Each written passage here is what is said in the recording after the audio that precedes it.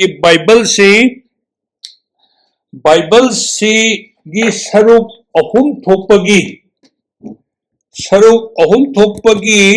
सरुक अम्मा से मसी प्रोफेसी की मतंग ने हाये को अदुना बाइबल दा अहुम थोपगी अन्नीसी प्रोफेसी की मतंग ने हाय अदुगा बाइबल दा यावरिबा प्रोफेसी याम से असिगी चामगी मनुंग दा मरिफु 80% असिदी थुंगद्रबनी हाये अना थुंगद्रिबा दुदी चामगी मनुंग दा कुन खक्ता ngaire हाये कुंदुगी मनुंग दा ngasai koi sahi amma ani gumba phare ko kalvari prayer tower sida nei si sigi manung da su gaza hana hariba lam sigi maram da bible na kari hana irambage haibadu nenaba matam da gaza nangsi nomadi lu kokpa makok lomba koktang ba mi amadona nangsi nakok tangakani haibadu sahi ani gi mamang October की तंग Taret तगिना ngasi फावबद लानसम सोनर रखदा गजा हरिब लमसी पूरा तुमबने लोयरबने लोयन युममत लेत्रबने बको 80% 90% लेरब yum मकैसी लोयन थुगाइग्रबने अदुना हजे जिक्सी Israel का America ना मतिंग पांगगा असिगी लानसी लेबनबगी ngasai moi pharaga thamgibo mayam se thadoknanaba haina ko hojikse hayeng gi manungda thadokani haibagi yam mayam se haraunaraga leya Israel macha nifu gumba kunmuktu asiboina orangani haye thadokuna leribase adagi shidana hingna pharaga sahi ani pharaga thamibase moi kun khara heni haye moi se hayeng thadokani hai aduga Palestine macha shibasu mayam na haibada almost lamagum sigrabani haye adagi hojik mogi pharga levising sina o lising amma ani yoge to na wi pharga le haya aduna moi sigi yasinna ba sigi manungda makoi asi ani maktagi thado na ba hana le ya aduna prophecy bible se prophecy gi lari ne habani da aduna prophecy gi lari saru ase koina loktho ba ador gadi bible se saru ahum thokpagi manungda saru ani khakta oheuragani prophecy ek loktho khraba ador gade koigi bible asa any ate dharma na sinariba koigi dharma shastra gi larika sa manaragani koigi bible si mayam dagi tonga le hari basi yok oiroi ko adage koi hingat kani hingalaga ningthau lebak lakani disuna sai lising ama palagani haibasi loina ma profession ina ko madugi mayam du lokthum matamda ngasi ai koina thajari ba si mayam sa mulermoya ba aduna exam jamba lari ama oramgani haye adubu madugi manungda khwai kitang lebak thiba haiba tare ko madudi kari haibno da koi pastor evangelist leriba mayam sa shigi manungda chamagi manungda shuknagi pastor manga khakta prophecy gi maramda nei prophecy gi maramda takpi tambi pulpita church ta pau sandui 95% pastor sindi prophecy sidi masidi khangbai ngamoidaba masidi pak ngangba yadaba haina sing masigi se oina lorga tambidi haye aduna maram oidana sahi ani aina prophecy gi matana ne nerpje sahi mari muksure ko hana sida ngangdri ganda ai ayamba iraga thamambani irambani aduga nga podagi ai prophecy ga mari lena banataba ishorgi ningthau lebaki ga mari lena banataba ningthau lebaki apho wapa akoina gospel hari besesu han akoina kalami duga manade bible the your gospel ji haibane ba aduna prophecy natlaga ningthau lebak sin natana ai atai message ai sandokte maram sandokte ba sandokto ni besigi maram ni kaino araga ayamba ujasina sandokpasi atai subject mayam gi maram da ujasina ingondagi yamna luna mayek sengna takwi oja mayam leye adugo prophecy gi matang gadi adagi shogi ningthau lebak sigi matang gadi akoi irak tasu aduga akoi irak nataba atai mayam dasu masi akoi manipur gi khakta natte india gi mafam mayam dasu ko sigumba nainaba tambiba takwiba si kaya ude aduna ujasina hena haiba subject to da ai nganguragadi ujasina hena ngangmana phai haibagi wakhanda khallaga सिगी अइना professor सुम नैनजबने अदुना खितंग मुजासिंदा अइना अखोय ngasi नौना योगिर पुजासिंदा को खितंग अदम हाइजबने अदुगा लोइनना any subject ama aina mayam da sum saru yajabada masigi subject adu ai hanjin madu paraba matung madu gi maram da nei naraba matung dai bapta yeba adu kalwari prayer tawd aina sahi ani gumba europe sida subject ama aina ngangi basi ai hanjilaga kya ngangde ko aduna ai di tamba tapani na subject ama ai tamba matamda madu ahum mari mangarak parama matung neinaraba matung thijilaba matung dai madu gyan tayeba ado ai amok khakta ngangam bani gaza gi maram da so amok khakta ngangam bani ko adagi idom gi maram da idom hari na sai iraq si no iraq ki nangi lirung loina thudekani ga haibe chana america na missile kapaga moina nuclear thugai gi badu da madu gi professor du khara thungba ure haibe ne ko aduna sigi mayam si thunge habane aduna si ina kitang saru yajaning basi jakaya gi lyric si amna maru oibal lyric ni akoina professor si khange habe taragadi adagi amos ki ahungi mapan da hari si mai chau singda hana aina haido aidana aina tawgodori ba thabak sing si mai chau singda hana khangandana aina thaba amatta tawde jisu christ lakani habe so mai chau da hana haido aidana ko sigi mayam haidoktan amta tawde haibneba aduna bible sida akoina khangba ngambasi masi bible sidi yor ba profession asi masi nainabada akoina khangba ngame adubu ngasa athupo wa yam leye na daniel da athupo wa sing asi akonba matam aroiba matam da sigi profession gi matam matang da nainarakani profession gi magi wan thok karino haido akonba matam da khangakani haibasisu daniel gi magi prophecy da irabdi yorom meba ko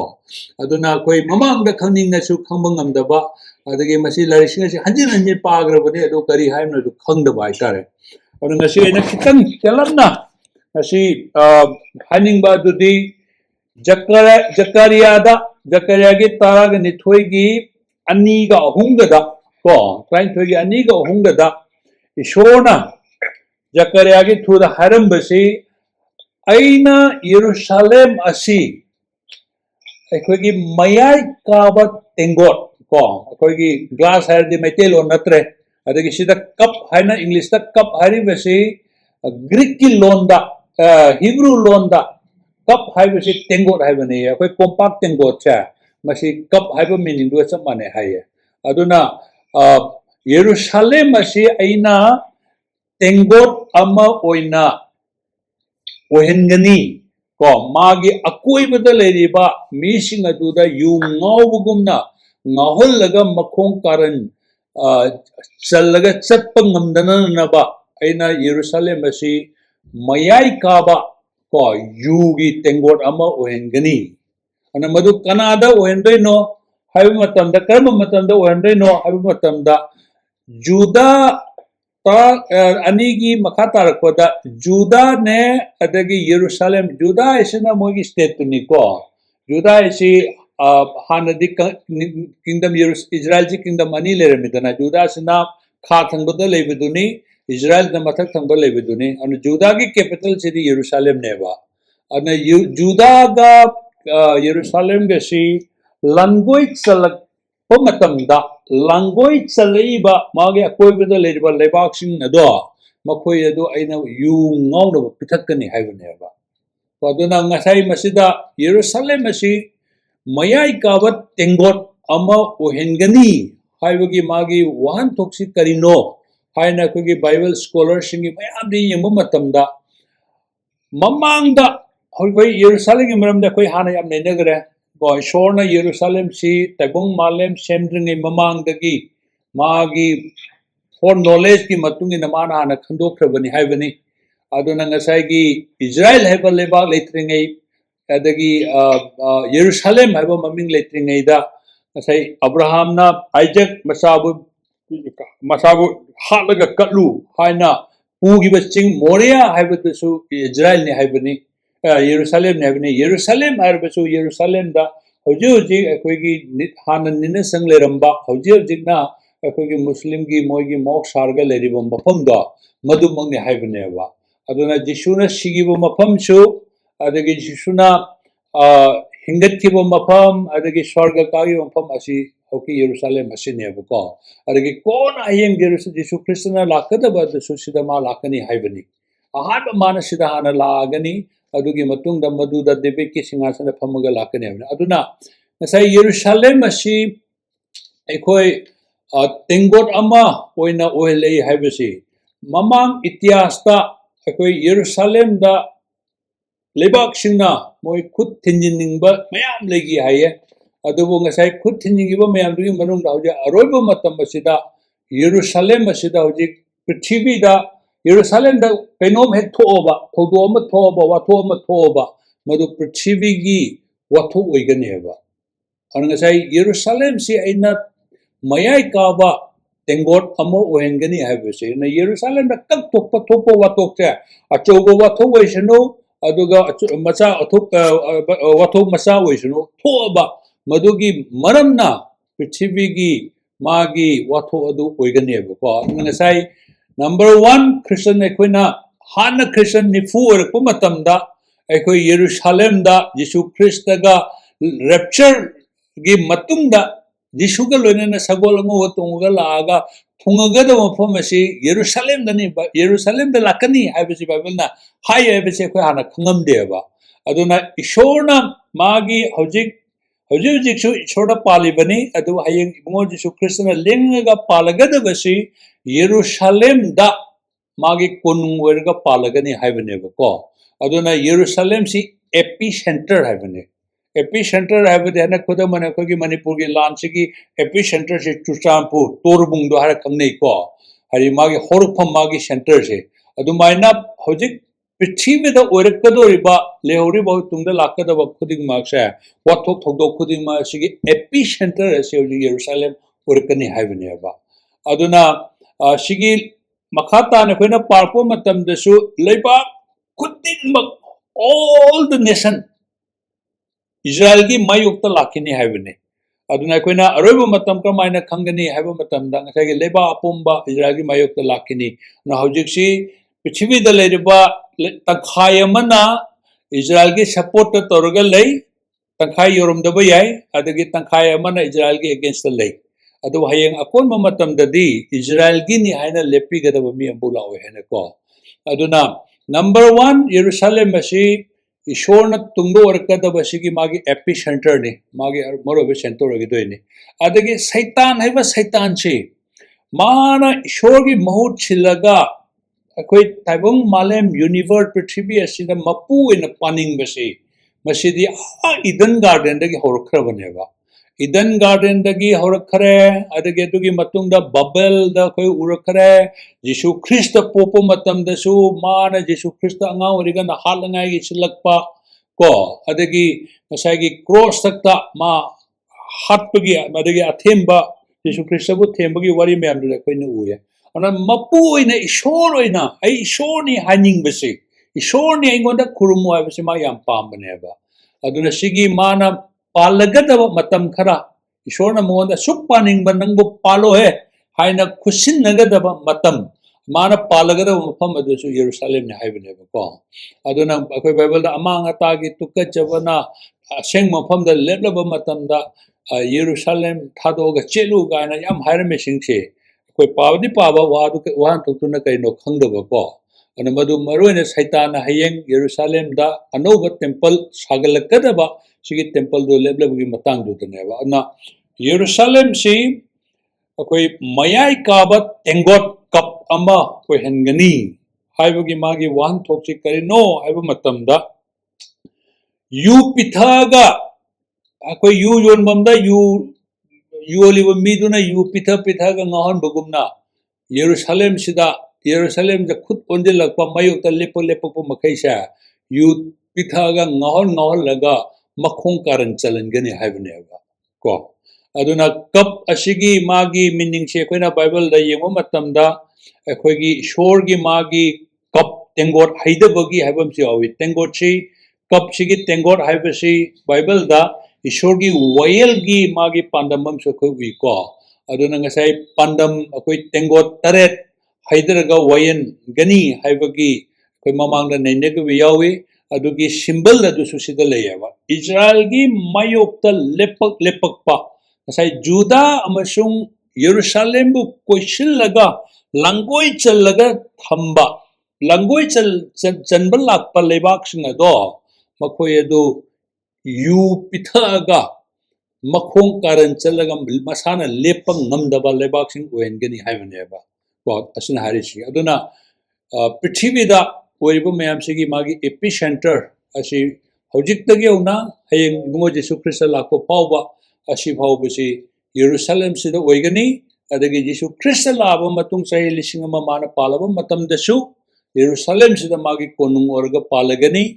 adagi koi rapture yograba koi mayam asi halakpa matam dasu halakadaba halaga ihana na kongnet ragadaba kongdar gadaba fam adu Jerusalem da habisi Bible yamna mayek sino kulle ahumda mu yengse kain thoigi numit aduda malem da leriba lebak mayam lebak apumbana Jerusalem gi akoi bada koshilakani lepakani matamduda aina Jerusalem masibu lengdraba nungchau lebak pumbagi oina lengdraba nungjau abo oigani aya ana koina lengdraba nungjau Kristani ana koi sai ne ko ana koi Jesu Christ si lengdraba nungjau Kristani adugi lengdraba nungjau Kristani habasi Kristan nataba lengdraba nungjau aba isora semiaba adugi lengdraba nungjau adu sida Zakaria da phongdo ba lengdraba nungjau adu di Jerusalem masa masi lebak prithvi da leriba lebak khuding makki gi oina Jerusalem masi lengdraba nungjau ama oiragani aina ko maramdi Jerusalem si Bible da satret lak hena palli havani Jerusalem si maramdi Bible da leri prithvi da leriba lam ko even graha mayam da leriba lam mayam hadi mayam sigi manungda khwaitagi khoida jaba taibung malem semri mamang dagi mana khandokraba magi leifam magi ming legadaba ishorgi ming legadaba leba adudi Jerusalem sini haibneba Bible da adna madugi Jerusalem asidi immovable lengdraba lengan mangamdraba leba moigani haibneba ani makha tarakpada nungjau nung asibu lokthoknaba honaba thangdoknaba honaba mi khuding ma do makhoi masa matonda injor oigani haya adin makhoi hek achi Jerusalem se muthatki khalakpa mi do lebak to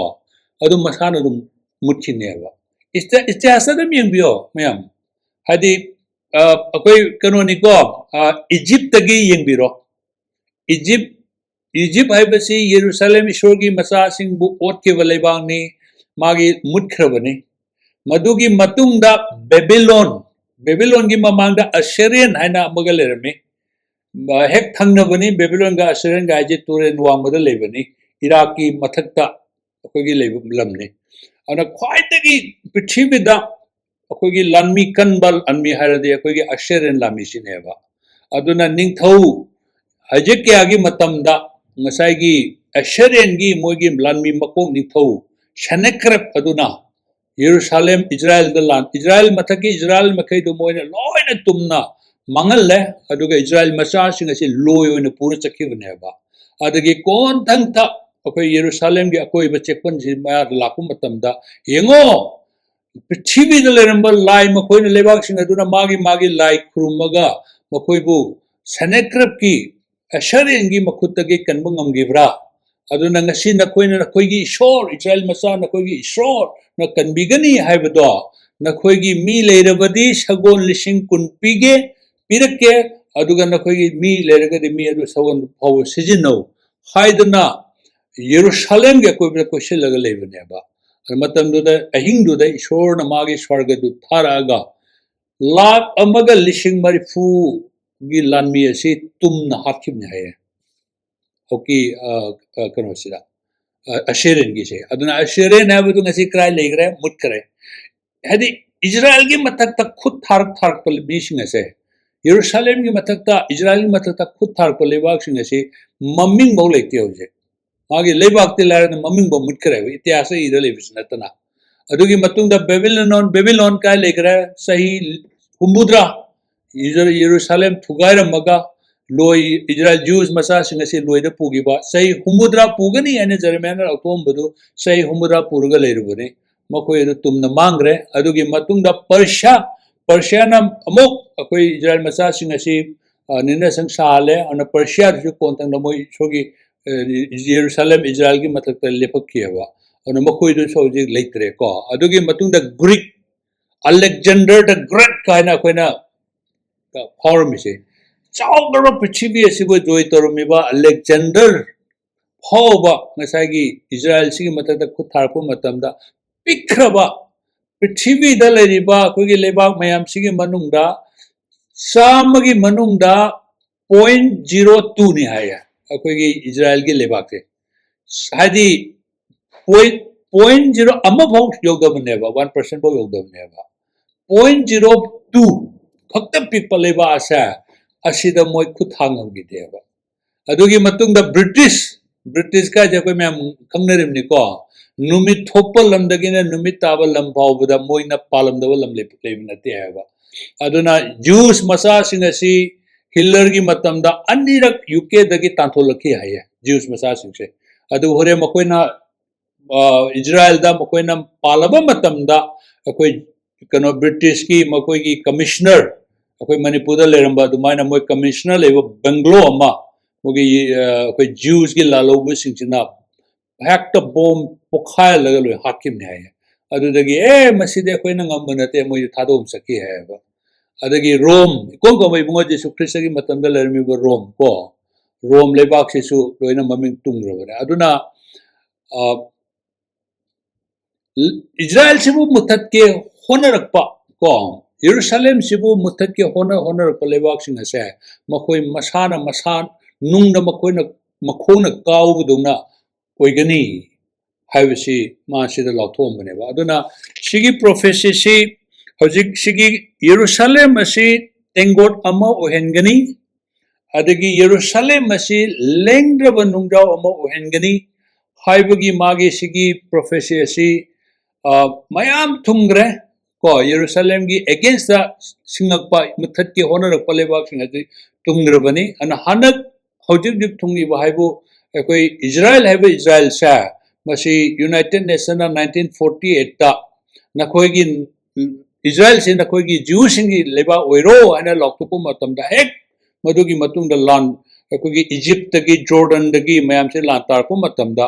कोई Mediterranean समुद्र दा नाकन येत लेरिबा Israel के नुचुप्ता लेरिबा सि समुद्र नेबा समुद्र the Israel मसा जूस मसा सिंके लोइन तांद्रगा मखोयसी मखोयगी मोयगी लेबा यूनाइटेड नेशन न पीरि हारिबसा मसी मखोय अमत हिंगौदनबा समुद्र द होइद्रगा लोइन मोसी इसिंग लोइन तुमना हाटलसेन तोरपने हाबिनेबा मदुद इनौना इंडिपेंडेंट फंगिबा लेबा अदो हारिबा इजिप्ट जॉर्डन सीरिया लेबाक सिंगसा मखोयसी इजराइल न माची पीगेबा अदुना अदु ओरखरे अदगी हनकसु ईरान ना इजागन मैम तोरपसिंग असि मोय तोरिबनी अदगी अखोय इजिकेल की कुंट्रा पंदा अवांगी निंगथौ ना चिंगगा अखोयगी इराक ईरान इजिप्ट मोय खुपा ओरागा इजराइल की मथक मोय खुद थारकनी हाइबने मदुगी दु अखोय हौजी ममी उरबनी अदुगा हयें कोन मदु याम चौन ओरकनी हाइबने अनु ngसाई की सनेक्रिप की लामिसिंग अहिंग द स्वर्गदु न मोय ला अमगा लिसिंग मरिफु तुमना मंगनगी बगुमना अहिंग दु द स्वर्गदु न हाटकी बगुमना इजिकेल की कुथ्रागा निपान कुथ्रा मापन दसु अवांगी निंगथौना को मेगोक की गोक्तुना लुचिंगागा लाकु मतमदा मखोयगी लामिसिंग अदु इशोन सावरतना मखोयसिंग अदु तुमना हाटकनी हाइबने मोगी मदुद सिगिब मिसिंग अदुगी हक्सांग सिंगसी फुम्ब मतमदा थातरे चंगे हाये थातरे चंगनी हाये अदुना मदुगी प्रोफेशन असे अखोई मथंग मथंग उब फंगी हाइबसे ए मयामदा कितंग थौगन तौजबनी अदुना अखोई ईश्वरना लौथोमिबा तुंगदा थोलकदब मयाम असे मसी बाइबलदा यामना मयेक सिंगना यावी अदुना मदु मयाम असे अखोई खंगे हाइब तारगदी सिदा इरिबा प्रोफेशन सिदा चमानबा अतै अतै प्रोफेशन करम करम लाइते इरमी हाने यमु मतम मसिगा याम मानबसी हंजन हंजन अखोई उब फंगेबको अना सि हारिबसिंग असि इजराइल की मायोक्ता खुद थारकपसिंग असि अइना मखोइबु अइगी मी असिदि अखोइगी मिट नहा सिदा खुदो मिट थिलकप मी दो दोजु पोकिंग हाय इंग्लिश ता खुदो मिना थिमदु पोकिंग हायबा मिट नहा दा खुद थिलकप मी लेबा दो अइना लेमना थारोय हाइबसि अखोइ बाइबल फम क्या दे यावेबा अदुना सिगी प्रोफेशन असि हौजिक थुंगरे हाइबसि म्यामदा हाइजनिंगबनी न यरूशलेम असी मयाई काबा तेंगोट अमा ओहेनगनी हाइबगी मागी वान थो अदुदी इजराइल सिगी मरमदा इवन थर्ड वर्ल्ड वार फावबा हौजिक असि ओरपु याबी चांस लेयबको अदुना इजराइल से मुथलंगाई लेबा मयाम हौरकिनी हौजिकति अमेरिका यूरोप लोइना मोय सपोर्ट तौरी अदुबु अमेरिका सु यूरोप सु लोइना मक इजराइल की अगेंस्ट लेफकिनी मतमदुदा इजराइल की कनामत लेतो मतमदा ईश्वर मखोइबु पांगागा इजराइल की मायोक्ता खुद थारकपा इजराइल मुथनब होनरप लेबाकसिंग अदो मधु ईश्वर तुमना मांगने अनंगसाय इजराइल पल्लिसे अतै मरम नते मरम कोई क्रिश्चियन ने कोइगा इजराइल गे मचिन मनावने को अखोइ से अमकक्तनी अखोइना फंगिबसी ईश्वर इजराइल मचासिंग द पीगनी हाइबदु अदुने अखोइना फंगिसे अखोइगी तुंगाना नौना पीबु नते अखोइना फंगिबसी मखोइना फंगनी अदगी मखोइना पीगनी हारबद अखोइना फंगबनेबा को जिसु ख्रिस्ट यावदना मखोइना पीगनी हिंगतकनी हिंगलगा नखोइगी लेबा लोंबनाय न पानगनी हाइबसे मसी जिसु ख्रिस्ट यावदना अमदु ओइबा ngमोय हाइबने अन मदुगी वहाइदु मसी थुंगै हाइबसे म्यामदा खितंग सरुग याजबनी ईश्वरना बोपी वइसनु मकंदता उसिनजगे।